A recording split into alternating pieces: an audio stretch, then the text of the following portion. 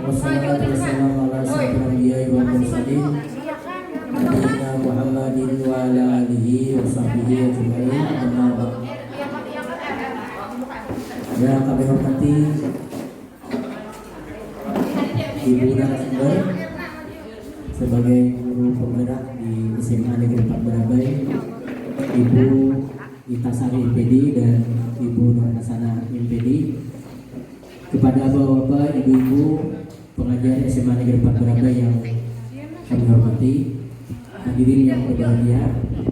Dalam kesempatan yang baik ini di siang hari ini, marilah kita panjatkan puji dan syukur kehadirat Allah Subhanahu wa taala atas segala limpahan rahmat, taufik dan hidayahnya.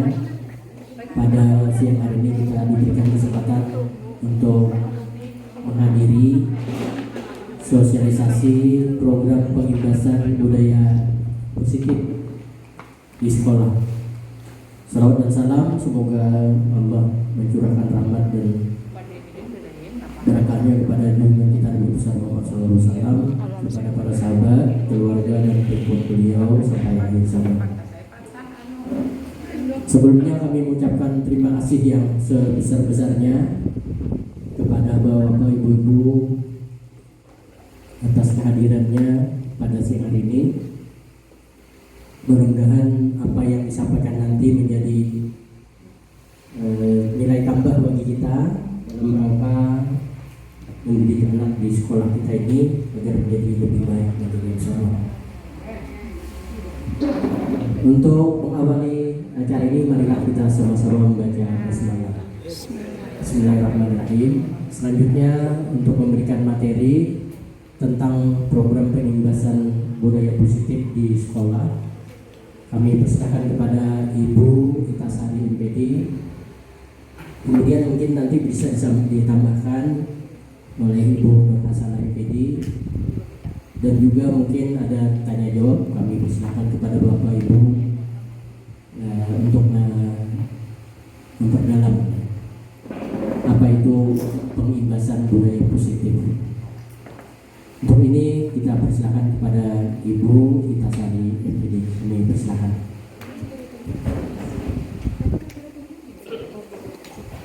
Bismillahirrahmanirrahim. Assalamualaikum warahmatullahi wabarakatuh. Kami ucapkan banyak terima kasih atas kesediaan bapak-bapak, ibu-ibu untuk menghadiri undangan kami hari ini. Tanpa salawat dan salam, kita haturkan kehadiran Nabi besar Muhammad SAW yang telah memberikan pencerahan kepada kita sampai sekarang ini.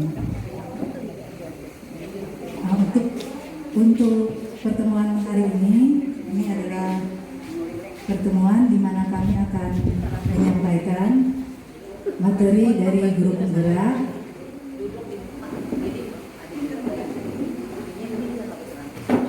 yaitu mengenai budaya positif di sekolah.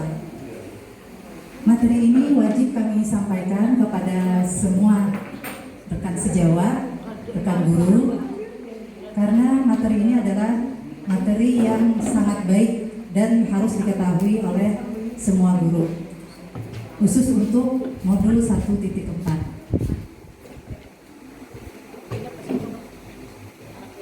Di sini materi yang akan kami sampaikan, di sini kami sifatnya hanya kita berbagi ilmu. Jadi mohon maaf pada bapak-bapak, ibu-ibu, kami sama sekali bukan menggurui, tapi kita hanya berbagi dan diskusi. Topik guru penggerak ini ada program pengibasan, yaitu yang pertama mengenai disiplin positif dan nilai-nilai kebajikan universal. Yang kedua, teori motivasi, hukuman, penghargaan, restitusi.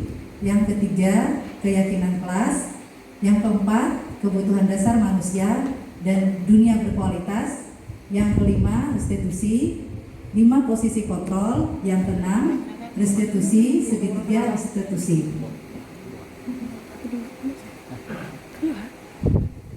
Yang pertama dulu, disiplin positif dan nilai-nilai kebajikan universal.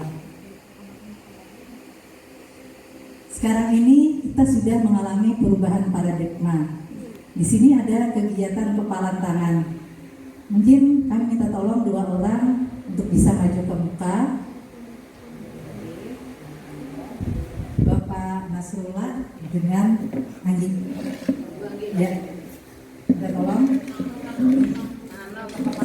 kepalan tangan.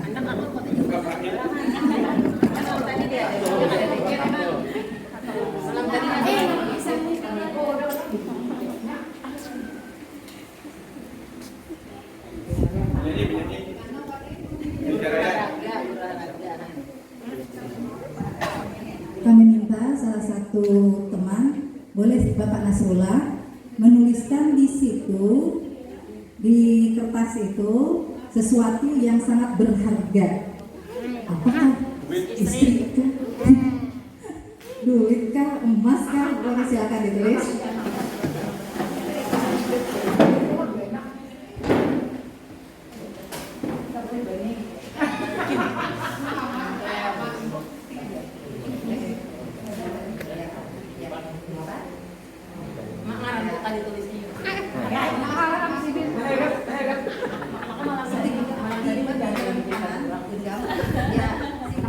Bapak Nas, ini kan sesuatu yang sangat berharga. Berharga ini harus kita pegang betul-betul, kita simpan, dipelihara, ya kan? Jangan sampai orang lain bisa mengambil, ya kan? Nah, sekarang si Anggi dipersilahkan dengan cara bagaimanakah? Sekira Bapak Nasrullah ini bisa membuka genggaman tangan.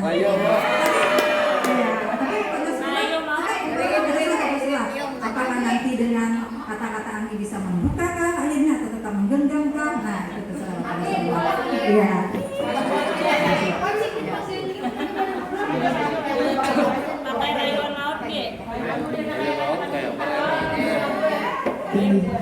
Mau berharga banget yang itu Pak. Gesan ulun hakon lah biar mencoleh. Ini tidak bisa diberikan siapa-siapa.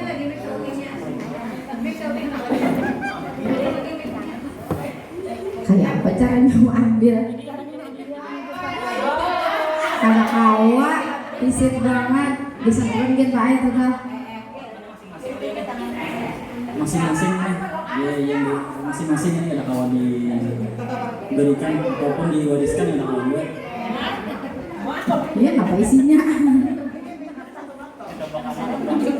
Kenapa? Ulun disuruh menebak mainjam barang ulun satu mat toh. Ada kau gila.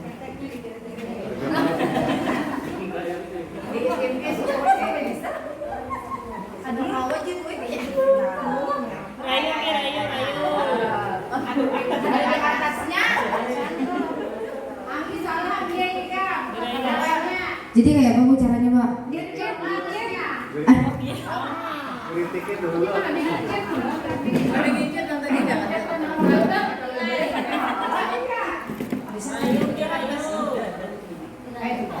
Kenapa panas? Pak gini ke Pak. Gini aja. Bentuin Pak G.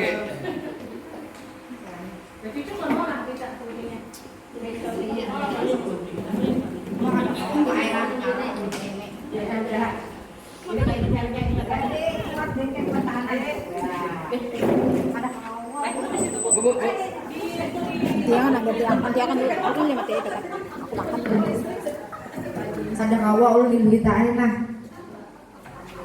Tidak bisa mengambil.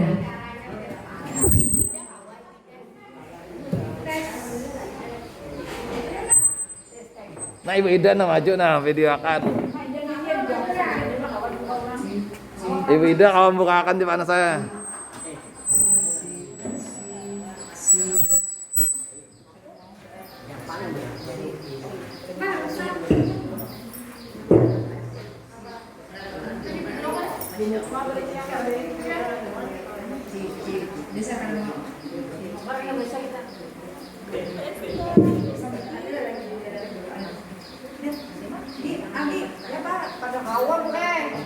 Nyerah. Adakah nang Anda maju mencobai.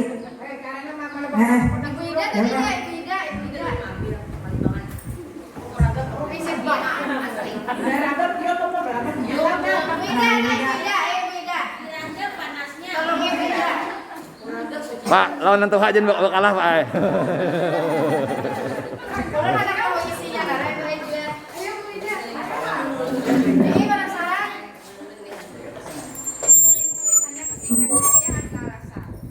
Mas, apa yang kau pegang?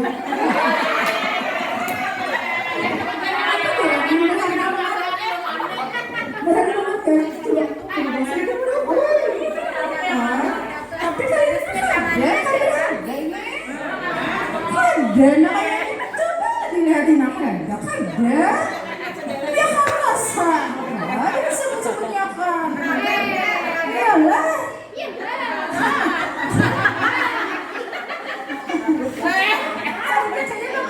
kira-kira menebak nah apa kira-kira emas dalamnya coba melihat emas pas emas pada emas ya Pak ada emas kan mau buka pasti itu Jangan, emas. Pak. Iyalah. Jangan. Iyalah adalah emas. Lain. Sesuatu yang lebih berharga dari emas. Iyalah. Oh, ngalinya macam itu caranya. Anak kan? Anak kira-kira di dalamnya.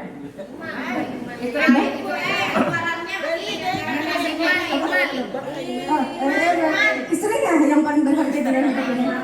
Istri atau anak? Istri atau anak yang paling berharga? Oh iya Kak. Tapi aku melihat sedikit apa dalam itu yang benar-benar berharga tuh. Tapi aku ngambil, aku cuma lihat aja. Aku ngambil, aku cuma lihat aja. Apa yang ngambil, apa isinya, itu cuma ngambil. Nah, silakan lihat aku lompat beliau bawah. Bapalingnya, yang melihat orang ke lain. Boleh aku melihat. Jangan hakon, Pak. Jangan kalah. Udah tadi datang ke orang aja dah aku melihat.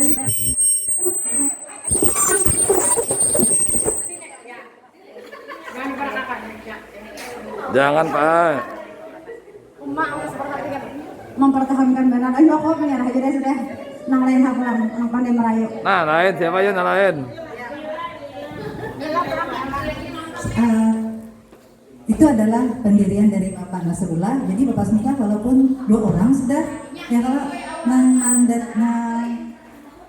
mencoba Mas Ira ajar, Mas Ira. buka tapi tetap kada bisa. Mas Ira. Bisa. Ayo, Mas Ira.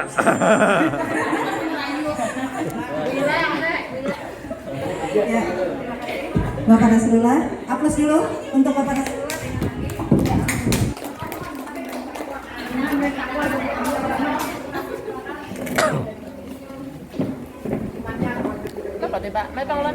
Jangan. Nah, kita tadi sudah melihat bersama bagaimana Bapak Nasrullah mempertahankan apa yang menurutnya sangat berharga. Walaupun tadi Anggi dengan cara memaksa jelas tidak bisa, ya kan? Tidak bisa. Datang lagi Bu Ida dengan rayuan, tetap tidak bisa. Nah, jadi sesuatu yang berharga itu tetap dipertahankan walaupun bagaimana caranya.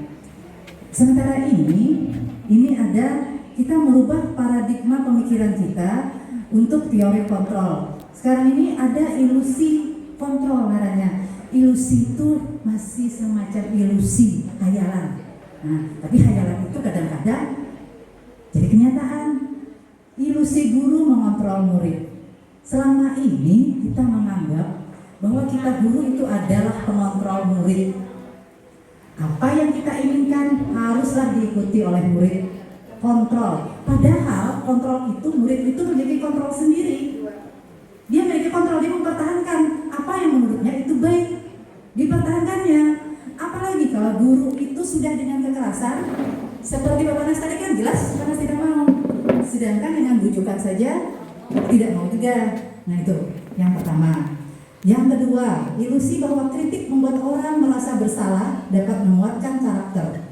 Nah, kadang-kadang kita kalau ada murid bersalah, kita katakan, kita mengkritik murid itu habis-habisan.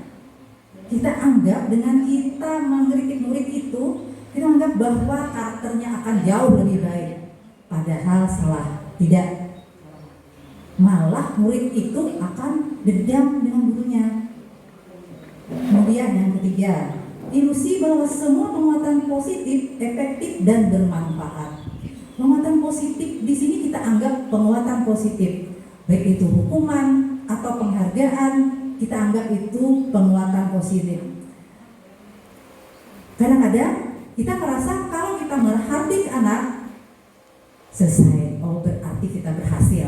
Enak, kasih dulu. Masih itu kan masih. Tapi kalau kita sudah menghardik yang luar biasa kan, kadang-kadang kan guru ini kan merasa bahwa guru ini kan power, kekuatan, kuat. Nah itu. Sedangkan sekarang ini kita sudah harus merubah paradigma. Sekarang ini kan apalagi kalau kurikulum merdeka, kita berpihak pada murid. Guru berpihak pada murid. Nah itu. Jadi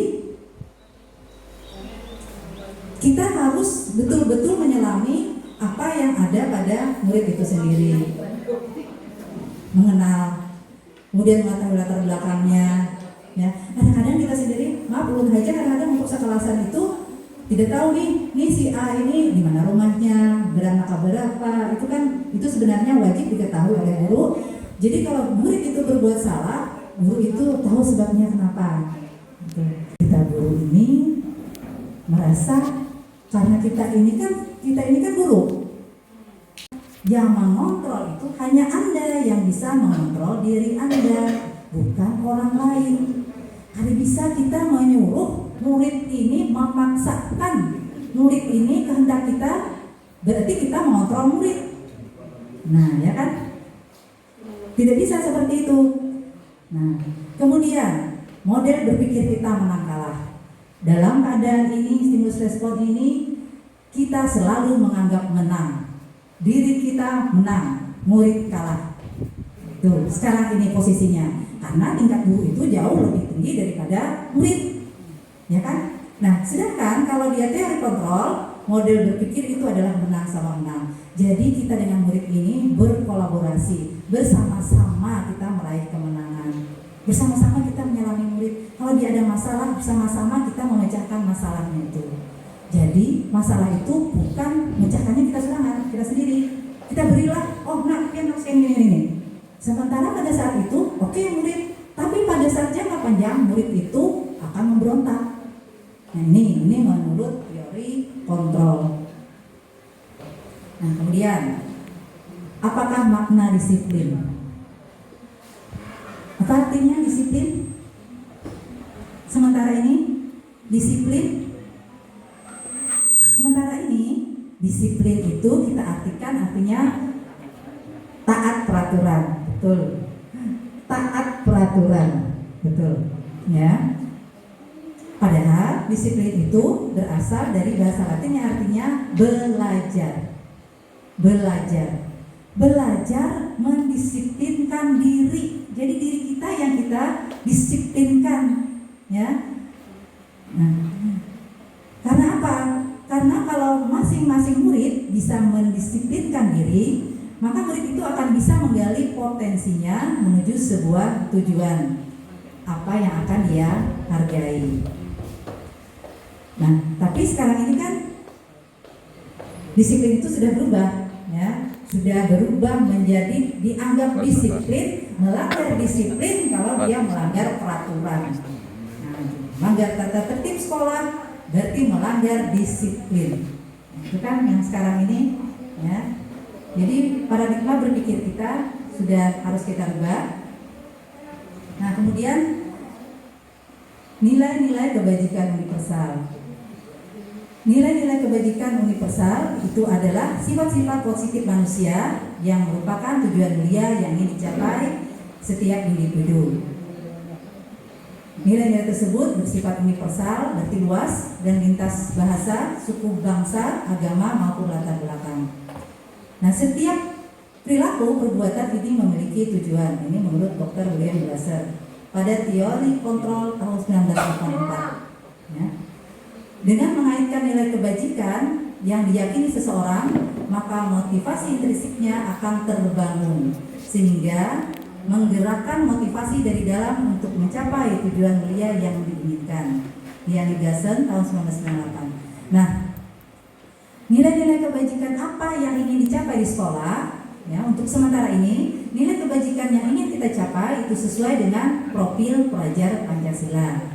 Yaitu yang pertama, beriman, bertakwa kepada Tuhan Yang Maha Esa, berakhlak mulia. Jadi kita mencita-citakan, jadi sebenarnya profil pelajar Pancasila ini bukan sekedar semboyan, ya. Kayaknya kalau sekedar simbol, nah itu kan, padahal maknanya luas lah, ya. Beriman, bertakwa kepada Tuhan Yang Maha Esa, berakhlak mulia, nah itu kan berakhlak, semuanya berakhlak. Nah itu tujuannya luar biasa.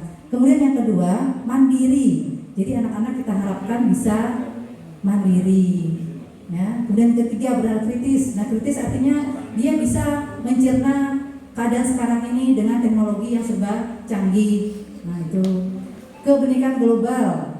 Berarti dengan beragam anak mereka bisa tetap berkawan. Nah, itu kan bergotong royong, kemudian kreatif.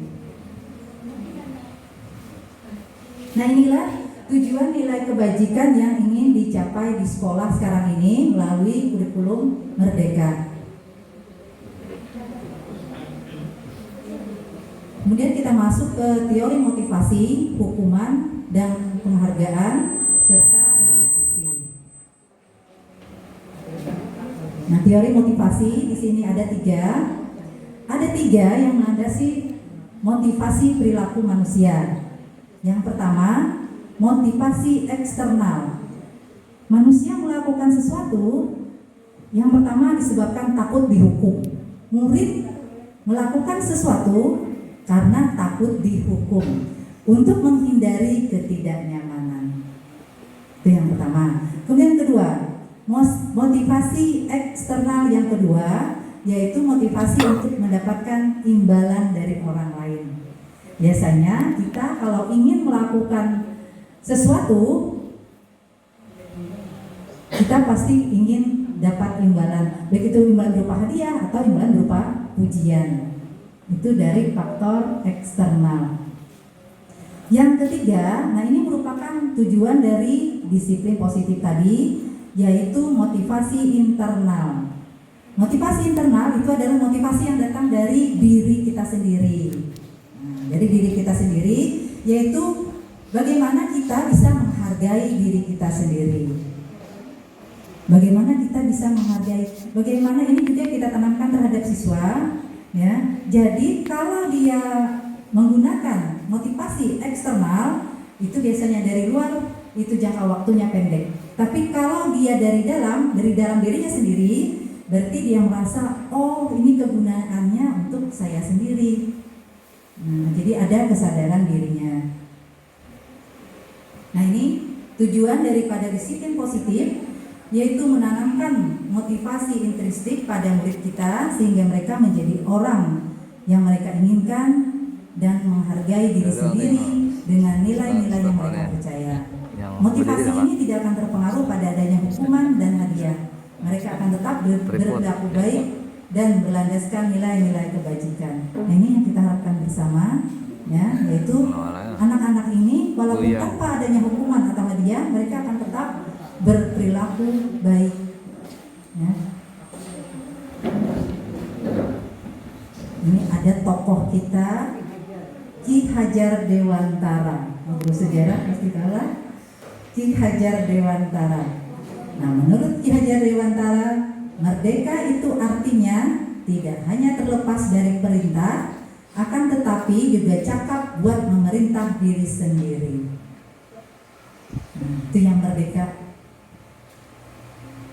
Ini menurut Ki Hajar Dewantara. Artinya di sini adalah bahwa seorang anak dia harus memiliki karakter yang baik, karakter yang baik. Jadi dia bisa memerintah mereka dengan karakter yang lebih kuat. Restitusi juga merupakan proses kolaborasi yang mengajarkan murid untuk mencari solusi untuk masalah mereka dan membantu murid berpikir tentang orang seperti apa yang mereka inginkan. dan bagaimana mereka harus memperlakukan orang lain. Ini restitusi ini sebenarnya adalah ilmu yang baru, tapi mungkin untuk di psikologi di BP ini adalah sudah biasa lah. Nah, tapi saya rasa ini memang harus sebenarnya tanggung jawab untuk membuat karakter anak itu menjadi baik, bukan hanya tanggung jawab dari wali kelas, guru BK, tapi tanggung jawab seluruh guru mata pelajaran. Itu sebenarnya ya, makanya di sini guru mata pelajaran juga wajib mengetahui mengenai restitusi ini. Nah, ada 9 ciri-ciri restitusi, yaitu yang pertama, bukan untuk menebus kesalahan, namun untuk belajar dari kesalahan. Yang kedua, ada keinginan untuk memperbaiki hubungan. Yang ketiga, sifatnya tawaran, jadi bukan paksaan. Keselamatan, menghormati orang lain. Dilarang menggunakan narkoba, kalau peraturan, kalau keinginan keras, untuk kesehatan. Kalau peraturan, gunakan masker. Untuk apa masker? Untuk kesehatan, untuk keselamatan. Berarti anak-anak ini yakin kalau ini untuk kesehatan, berarti dia selalu akan menggunakan masker, walaupun itu tidak ada guru wali kelasnya. Kemudian, kalau peraturan, jangan berlari di kelas atau koridor untuk menjaga keselamatan dan keamanan. Nah, keyakinan kelas ini adalah keyakinan yang memang timbul dari hati anak murid kita sendiri. Nah, ini ada lagi satu. Selama ini kita menganggap bahwa pemberian penghargaan itu akan membuat anak menjadi bangga. Padahal sebenarnya penghargaan dan hukuman itu hampir sama. Hampir sama. Karena apa? Karena tujuannya sama-sama menyuruh orang untuk berbuat sesuatu sesuai kehendak kita. Jadi, ini sudah banyak sekali penelitian dari beberapa ahli mengenai penghargaan ini. Jadi, pengaruh penghargaan ini adalah jangka pendek dan untuk jangka panjang. Penghargaan itu sifatnya menghukum. Kita ambil contoh. Kalau misalnya anak-anak ini kan ada yang ranking 1, ranking 2, ranking 3. Biasanya kan kita tulislah sampai di rapot itu, atau kita padatkan dan anak-anak di ledger itu kan ranking terakhir kan ada juga sampai ranking 25. Itu kan biasanya kita pada tujuan kita sebenarnya adalah agar anak yang ranking terakhir itu kan bisa memotivasi dirinya agar jauh lebih baik lagi. Nah, Sekarang kalau saya masih sekarang itu bahasa Inggris ada program the vocabulary the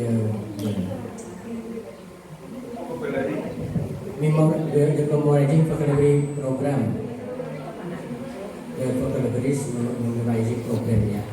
Jadi menghafal kosakata. Tapi ini masih jam pertama atau diberi waktu 15 menit. Itu menghafal, saya beri waktu seminggu waktunya. 15 kata itu, 3 hari 1 kata, 3 hari 1 kata, sampai 15 sampai Jumat, Senin sampai Jumat kan. Jadi anak-anak mau tidak mau harus mengikuti program ini. Tujuannya adalah agar mereka punya banyak kosakata. Kalau dia banyak kosakata bisa menyimak dengan benar apa yang pernah dia hafal, kemudian bisa berbicara, speaking, reading, writing. Saya kira penguasaan kata ini perlu untuk bisa berbahasa Inggris. Saya kira demikian.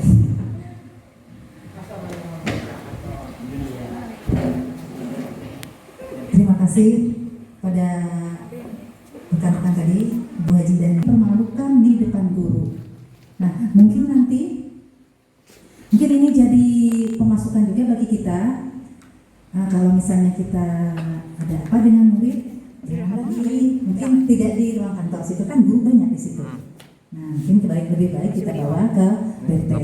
Karena anak-anak kan juga sama seperti kita kan, kayak kita dulu kan waktu kita halus. Nah, itu kan kita menganggap anak ini kan halus aja nih, ada bapak juga nih, disarik-sariki di depan kantor. Padahal itu ada, dia memiliki kan rasa harga diri. Apalagi kalau yang melihat itu guru-guru. Nah, akhirnya kan, yang itu kan. Nah, lalu kasihan muridnya, kasihan akhirnya. Maka itu akan diingatnya napasnya sampai tua kenangan, sampai jadi orang berhasil ataupun jadi orang berhasil kan, jadi ini jadi orang tua kan. Nah, akan diingat oleh anak itu seperti kita ini kan ingat, kayak seperti Bu Haji Daniel tadi kan ingat apa pengalamannya waktu di SMP itu, sampai sekarang kan masih membekas. Nah seperti itu juga dengan Bapak Haji Sirajudin. Hal yang baik itu masih sangat melekat di hati sampai sekarang, sampai kita mungkin berapa puluh tahun Pak Sira? 33 tahun. Nah jadi apa yang kita lakukan oleh guru ini yang kita anggap sepele, kita anggap sepele aja, yang kita berpander-pander itu kan kita anggap sepele, tapi bagi murid itu adalah sesuatu yang luar biasa, dan dampaknya itu sampai berpuluh-puluh tahun masih akan diingat oleh murid. Itulah pentingnya sekali kita di sini sebagai guru, kita harus memang betul-betul memberikan contoh yang baik itu dari tutur kata, ya kan, dari tingkah laku ataupun dari pakaian. Karena kita tidak ngapulun lah, bukan berarti bagiannya lah. Nah itu maksudnya karena apa? Karena nilai-nilai kebajikan itu dilihat dari contoh teladan guru. Kemudian juga dari pembiasaan, misalnya pembiasaan kita kalau masuk itu berdoa, membiasakan anak untuk sholat zuhur. Nah itu pembiasaan yang baik sudah.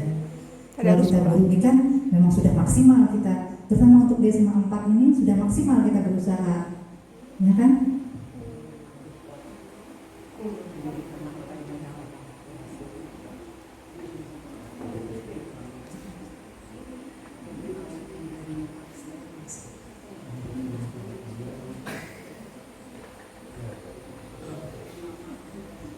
Nah ini identitas gagal, untuk hukuman itu identitas gagal, ya. Karena apa? Karena sesuatu itu menyakitkan harus terjadi. Tapi kalau identitas sukses, disiplin, itu konsekuensi dengan restitusi itu masuk ke dalam identitas sukses, ya. Lanjut aja kita dulu lah. Nah, kebutuhan apa yang mendasari motivasi manusia? Itu ada 4 dasar kebutuhan manusia. Yang pertama, kebutuhan kasih sayang dan rasa diterima. Yang kedua, kesenangan. Yang ketiga, penguasaan. Yang keempat, kebebasan. Nah, kebutuhan yang pertama yaitu kebutuhan untuk bertahan hidup. Kebutuhan kasih sayang itu kebutuhan rasa ingin diterima. Terutama di lingkungan keluarga, baik itu dengan teman, keluarga, pasangan hidup. Kebutuhan penguasaan itu adalah kebutuhan pengakuan atas kemampuan. Ini rancak murid kita, ini murid ini akan penguasaan. Ini kan model kadang-kadang kita kurang menghargai kan murid-murid itu. Jadi di sini sebenarnya murid itu sangat membutuhkan sekali pengakuan akan kemampuan. Misalnya dia merasa ingin dihargai, kemudian bisa mencapai pencapaian, diakui, merasa ingin dihormati. Nah itu. Dan yang keempat, kebutuhan kebebasan. Meliputi kebutuhan akan kemandirian, otonomi, kebutuhan kesenangan. Nah, jadi kalau belajar, kalau di dalam mengajar, sangat penting sekali murid itu dia merasa senang untuk belajar. Misalnya dia bisa bermain, bisa tertawa. Mungkin di sini kita harus menggunakan metode-metode mengajar yang menyenangkan. Jadi bervariasi.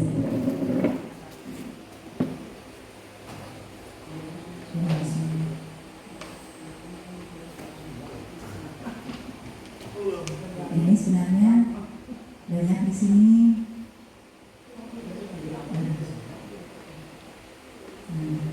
Tegas. Ini pernyataan. Ini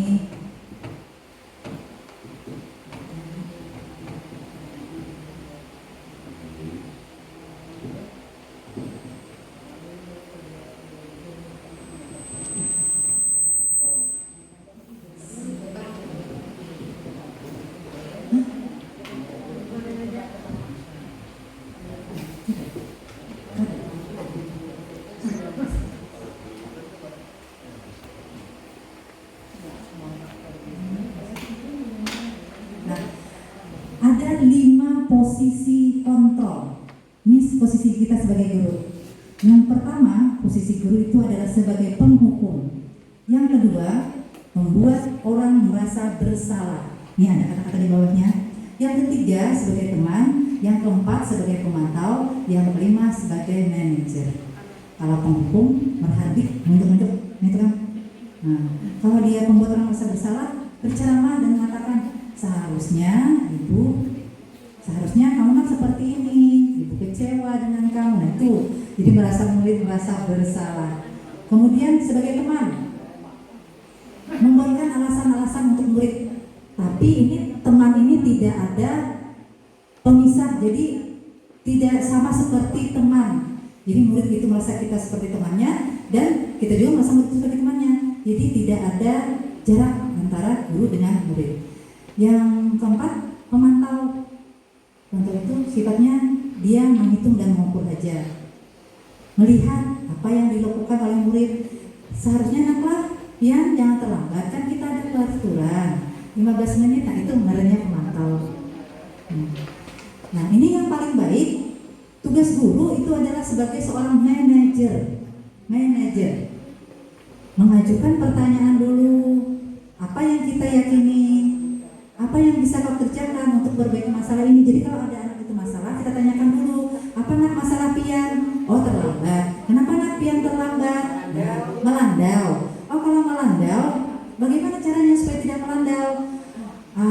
Ulun buai kalau kada melandau, berarti ulun harus guring sungsung. Ya berarti pian harus guring sungsung. Tapi ulun bangun pulang kada bisa bangun. Amannya kada danang bangun nih. Oh nakai berarti pian pasang alarm.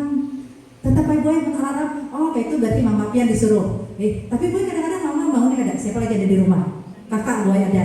Oh, berarti jangan anak lah. Kakak pian, mama pian kada bangunnya, kakak pian membangun esok. Inggih bu ai. Nah, itu ngarannya manajer. Nah, jadi kita menyelesaikan masalah berdasarkan masalah siswa itu sendiri. Jadi kita mencarikan solusi itu bersama-sama.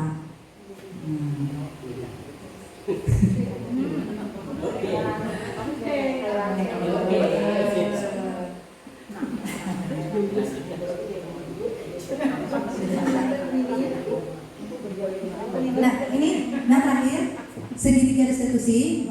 Bagaimana caranya kita menerapkan yang restitusi itu tadi? Ya, yang pertama dulu, kalau misalnya anak itu berbuat salah, ya, jangan kita judge dulu lah, langsung kita padamkan. Kita harus menstabilkan identitasnya. Bagaimana caranya? Caranya adalah kita menyatakan yang anak bahwa dia anaklah, misalnya nyala kah, bukannya merokok kah, supaya dia tenang dulu. Jadi kita padamkan, dia anaklah sebenarnya kadang-kadang aja yang melakukan kesalahan. Setiap orang itu kan bisa melakukan kesalahan. Kemudian saja hari ini kan bisa berbuat salah, ya. Nah ini caranya menstabilkan identitas. Habis itu kita validasi kebutuhannya. Ngapain lah alasan pian teh menggawinan itu? Kita takutnya kan ini ibu. Adakah nak cara yang lebih baik lagi, yang bisa pian gali lagi supaya jangan terjadi lagi hal seperti itu? Nah kita takutin. Itu namanya validasi kebutuhan. Yang terakhir, kita menanyakan yang keyakinan kelas tadi kita di kelas. Kita kan sudah ada melaksanakan keyakinan kelas yang telah disepakati. Nah, kayak ulun lah, ada kemarin anak ulun tuh berkelahi, berebutan pulpen, berkelahi di ruangan, tumbur. Ya Allah, pulpen didapati. Tuh kemarin ada situ. Habis itu ulun panggil, seekong aja ulun panggil. Oleh yang seekong tuh, muanya tuh masih sarik dan kawannya pergi langsung ditatai. Maaf pak, semalam tuh baik. Lalu lah, udah takut nih, pian Nina, apa cita-cita pian? Tapi kan ada itu malah cita-citaku. Kenapa sih cita-cita pian? Kenapa? Ada situ kadang-kadang cita-cita ulun buat jadi pengusaha batu bara sukses.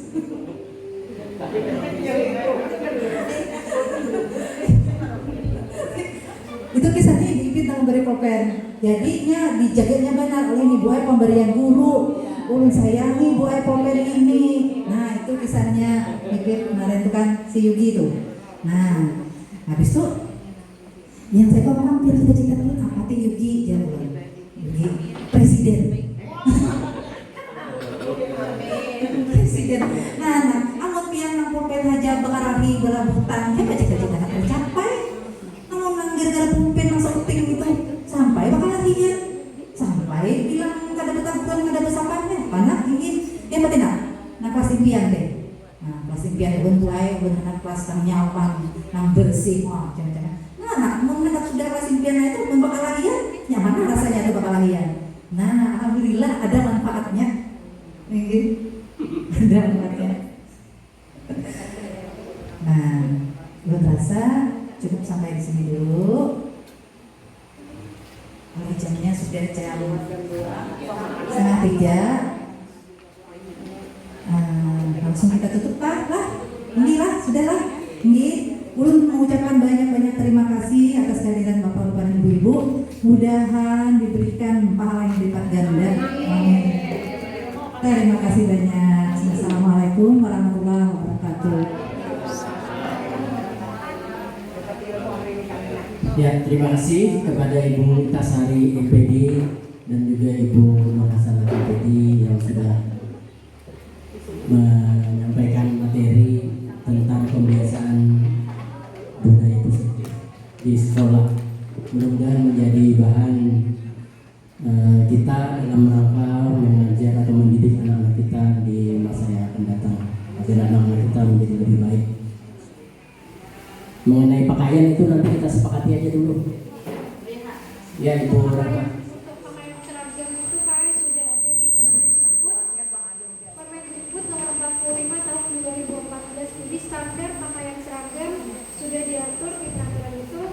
Peraturannya untuk SD, SMP, SMA. SMA ya Pak? Sama SD, SMP, SMA, SMA. Masuk ke dalam nggak? Untuk pakaian seragam nasional itu pada kawan diubah. Ditambahi dari sekolah itu boleh. Itu tadi kayak pakai seragam sasirangan. Tapi kalau tetap bajunya yang putih abu-abu itu sudah ada standar nasional.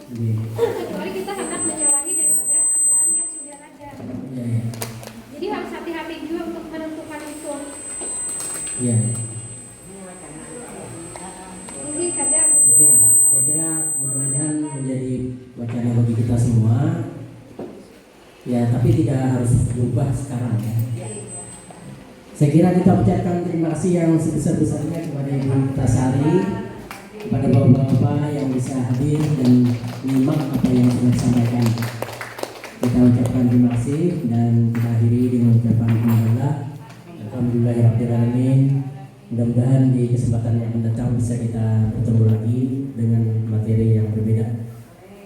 Terima kasih. Assalamualaikum warahmatullahi wabarakatuh.